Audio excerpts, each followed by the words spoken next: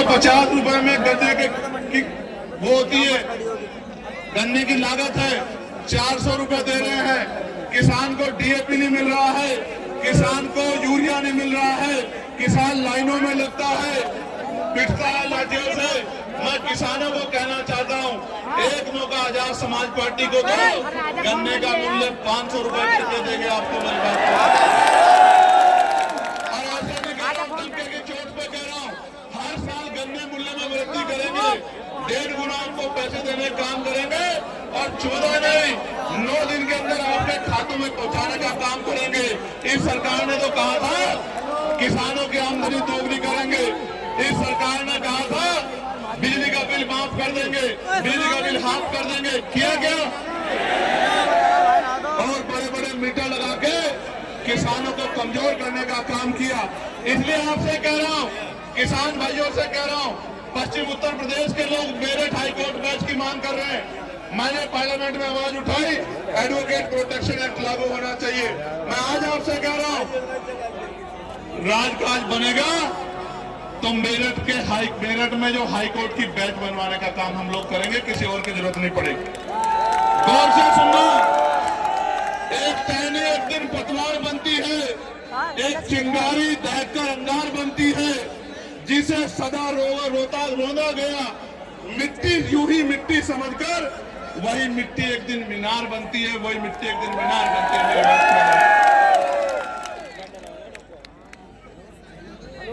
मेरे प्यारे साथियों, आप लोग स्वाभिमानी लोग हो ना? स्वाभिमानी लोग हो या नहीं हो बताओ? तो मेरी इस बात को गांठ बांध के जाना कि यहां से जाके सोना मत, चैन से मत बैठना, क्योंकि अगर आप गुलामी को एहसास नहीं कर रहे हो तो आप में और मरे में कोई फर्क नहीं है मेरे लोगों। आज भी अच्छी रोटी कपड़ा मकान नहीं मिल रहा है, सम्मान नहीं मिल रहा, आज भी अच्छे घर नहीं है, अच्छी पढ़ाई नहीं है, अच्छा रोजगार नहीं है, अच्छी चिकित्सा सेवाएं नहीं है। क्यों? 75 साल से कांग्रेस भाजपा के लोगों ने किया क्या है? सिर्फ वोट के आधार पर कुर्सी बैठने के अलावा क्या किया? उनको मेरे लोगों का दर्द क्यों नहीं दिखाई देता? उनको हमारे घरों में बुलडोजर क्यों नहीं दिखाई देता? उनको हमारे मुस्लिम नेताओं को जेल में ठूस के बंद करना क्यों नहीं दिखाई देता? मैं इसलिए कह रहा हूं, उनको किसान नहीं दिखाई देता, नौजवान नहीं दिखाई देता, उनको दिखाई देता है तो सत्ता दिखाई देती है। आपको भी दिखना चाहिए तो आजाद समाज पार्टी का नीला झंडा दिखना चाहिए, उनका निशान दिखना चाहिए। दोबारा पूछ रहा हूं, स्वाभिमानी लोग हो ना? स्वाभिमानी लोग हाथ तो नहीं फैलाते? तो भीख मांगना बंद करो, सरकार से सत्ता का प्रबंध करो।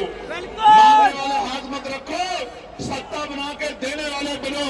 आज जिनसे सड़क रोजगार मांग रहे हो, कल सत्ता में आके रोजगार देने का काम करो, लोगों के आंसू पूछने का काम करो। आप यहाँ इतनी बड़ी संख्या में आए, आज आपने मेरी हिम्मत बढ़ाई। मैं आपको विश्वास दिलाता हूँ इस संविधान की शपथ लेके कि जब तक मेरे शरीर में लहू का आखिरी कतरा है, एक कदम पीछे नहीं हटेगा। चंद्रशेखर, इस बात को याद रखो। फिर कह रहा हूं, हापुड़ के लोगों का धन्यवाद देता हूं, बुलंदशहर के लोगों का धन्यवाद देता हूं, गौतम बुद्ध नगर गाजियाबाद का धन्यवाद देता हूं, बागपत मेरठ का धन्यवाद देता हूं, अमरोहा का, संभल का, मुरादाबाद का धन्यवाद देता हूं, बिजनौर के लोगों का धन्यवाद देता हूं, सहारनपुर शामली के लोगों का धन्यवाद देता हूं और सबसे ज्यादा धन्यवाद मुजफ्फरनगर के लोगों का देता हूं। मेरी बात को और आज धन्यवाद दे रहा हूं, कल कलम से आपकी ताकत और आपके सम्मान को मजबूत करने का काम करूंगा। मदद करोगे नहीं करोगे बताओ? ऐसे उठा दो ना और मुट्ठी बंद करो। मैं जिन हमारे जिले की टीम का, विधानसभा की टीम का, प्रदेश की टीम का, मंडल की टीम का, जिन्होंने इतना अच्छा कार्यक्रम कराया, मैं उनका बहुत बहुत धन्यवाद देता हूं। कल अखबार पढ़ना, आपकी खबर इतनी सी होगी और आपके विरोध में अगर 20 लोग कहीं खड़े होंगे तो उनकी खबर इतनी बड़ी होगी। क्यों? क्योंकि आपकी बढ़ती ताकत से सबके पैर उखड़े हुए हैं। मेरी बात को आप याद रखना। इसलिए मैं आपको बार बार कहता हूं, इधर उधर मत ध्यान देना, अपने लक्ष्य पर ध्यान देना। समय बदलेगा, सबका इलाज होगा। मेरी बात को आप याद रखना।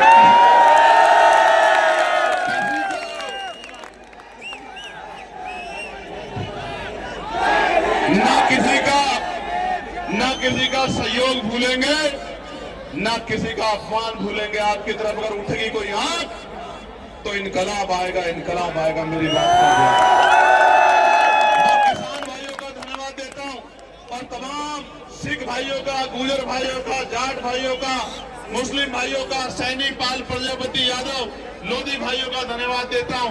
तमाम जितने सैन विश्वकर्मा, जितने लोग यहां पहुंचे, और जब तक जीवन रहेगा आपके इस कर्ज को उतारता रहूंगा। बहुत बहुत धन्यवाद। जय